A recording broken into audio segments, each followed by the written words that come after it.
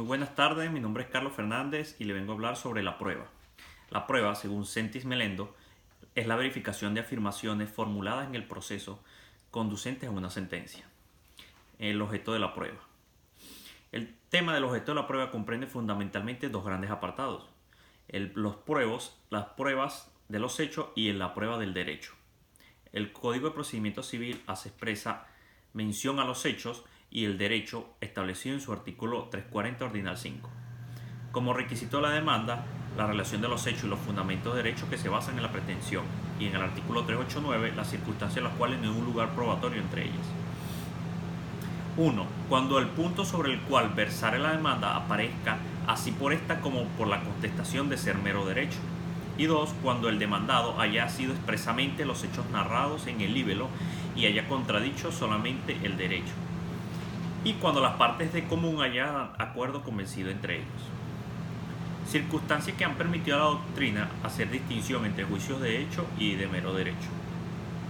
Sin embargo, esta distinción hay que entender en su sentido propio, porque no puede resolverse un proceso solamente con los hechos ni solamente con el derecho. El ordenamiento jurídico liga siempre las consecuencias de derecho a la realización de algunos o ciertos hechos. Ahora hablemos de los hechos controvertidos. El hecho controvertido es el hecho negado o contradicho, solo excepcionalmente al silencio de la parte acerca que afirma lo contrario, es equiparado a la ley a la negación del hecho. Los hechos controvertidos como objeto de la prueba es el conjunto de materiales o psíquicos que sirven de presupuesto a las normas jurídicas aplicables en cada proceso, en vista de las peticiones o excepciones de las partes a del efecto jurídico perseguido que la ley exige probar por algunos medios autorizados. Hay algunos hechos que no requieren prueba, tales como los hechos admitidos, negativos, presumidos por la ley y hechos notorios. Los hechos admitidos son aquellos que han sido afirmados o articulados en alguna demanda. Hechos no forman parte de lo que hay que probar, solamente si han sido admitidos por la contraparte.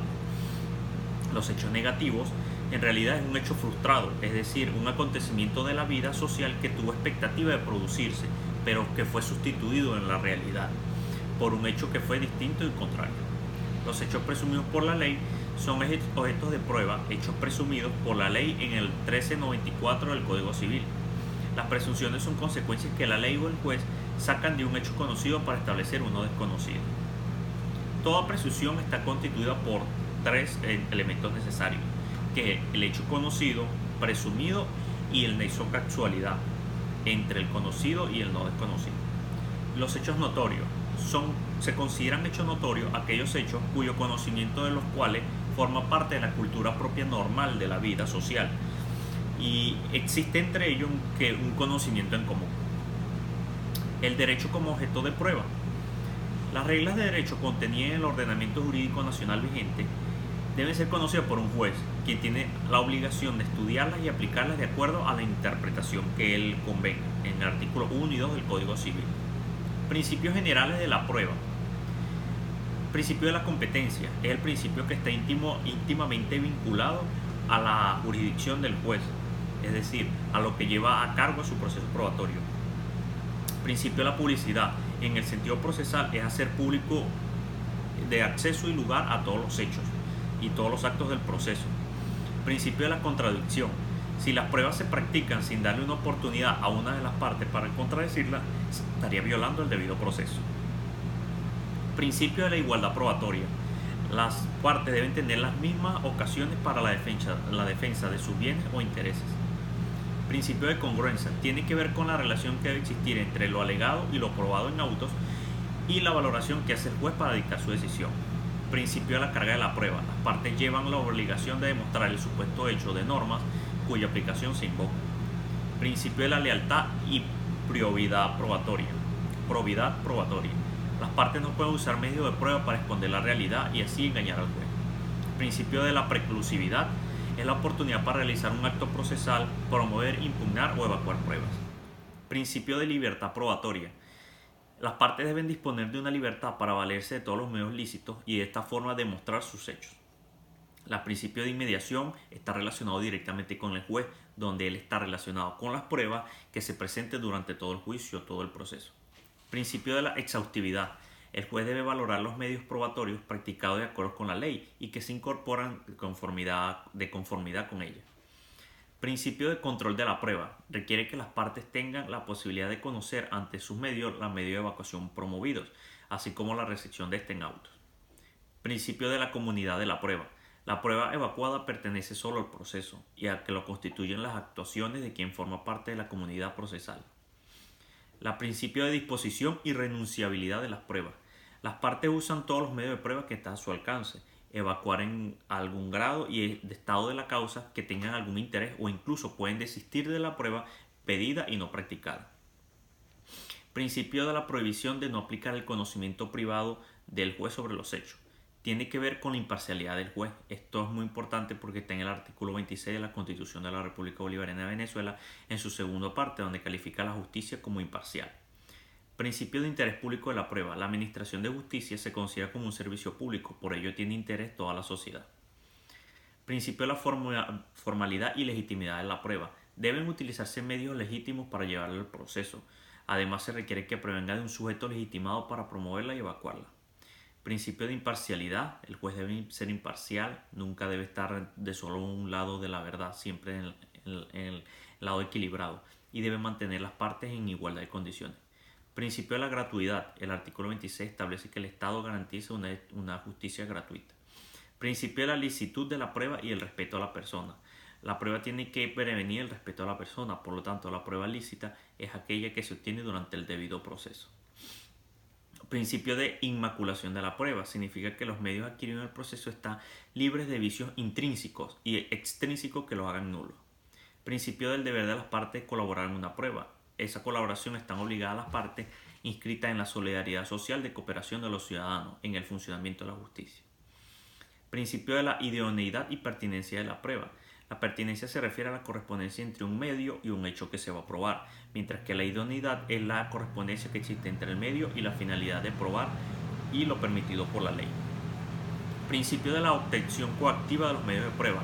Esto permite al juez tener acceso a archivos públicos y privados, exhibición de documentos, libros contables, allanamiento de inmuebles, para imponer ciertas coacciones entre las partes. Así, por ejemplo, la no contestación del demandado tiene un efecto de confesión ficticia. El silencio frente al documento privado puesto se le tendrá como reconocido.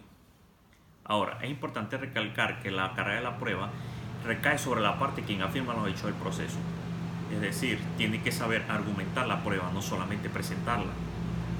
Podemos decir que la carga de la prueba tiene la obligación de probar lo alegado y corresponde a la parte que lo afirma en virtud del principio latino actori incumbit onus probandum, lo que quiere decir que el actor le incumbe la carga de la prueba, mientras que el demandado le corresponde la prueba de las excepciones por las opuestas. Existen tres hechos determinantes en la carga de la prueba: los hechos constitutivos, hechos impeditivos y hechos extintivos. Los constitutivos son específicos, se origina el derecho donde cada una de las partes, por su pretensión, fundamenta en un contrato de compra y venta, le corresponde probar los hechos constitutivos y su formación. Los hechos impeditivos son aquellos cuya ausencia impide la existencia del hecho específico de nacimiento. Por ejemplo, si una de las partes que contrató era incapaz, lógicamente el contrato será anulable. Y los hechos extintivos son todos los que dan fin a un derecho y su carga corresponderá a quien tras de ello beneficiarse de esa extinción. La prueba anticipada. Es importante resaltar que lo normal es que las pruebas se reciban y se practiquen en el curso del proceso y en la etapa prevista en el mismo. Sin embargo, la prueba anticipada se realiza con la finalidad de impedir que la prueba se desvirtúe, se pierda o se altere en circunstancias o con el transcurrir del tiempo. Nuestra legislación ofrece dos soluciones: uno, la inspección ocular previa al juicio, quien la realice el juez, o la anticipación de la prueba mediante la acción por retardo judicial. Clasificación de las pruebas: admitidas por la ley, con relación a percepción del juez, o según su contradicción, por su forma. Existen también escritas y orales. Según su utilidad, pruebas conducentes, inconducentes, pertinentes o impertinentes, formalidad externa de la prueba y formales o ad probationem. En el procedimiento probatorio hay que tomar en cuenta que está sometido a procedimientos que gobiernan al principio, al proceso, pues es el eje central del mismo y es el Código de Procedimiento Civil quien regula todo lo concerniente a la materia probatoria. El artículo 388 del Código de Procedimiento Civil establece la apertura de un laxo probatorio al día siguiente del vencimiento del emplazamiento para contestar la demanda. En nuestro sistema existen diversas fases de procedimiento y las fases se dividen en dos periodos, el de promoción de prueba y el de evacuación. También tenemos la tacha y la impugnación de la prueba dentro del proceso probatorio, que es la columna vertebral de todo el proceso y va a determinar los logros objetivos de la parte interesada. Muchas gracias.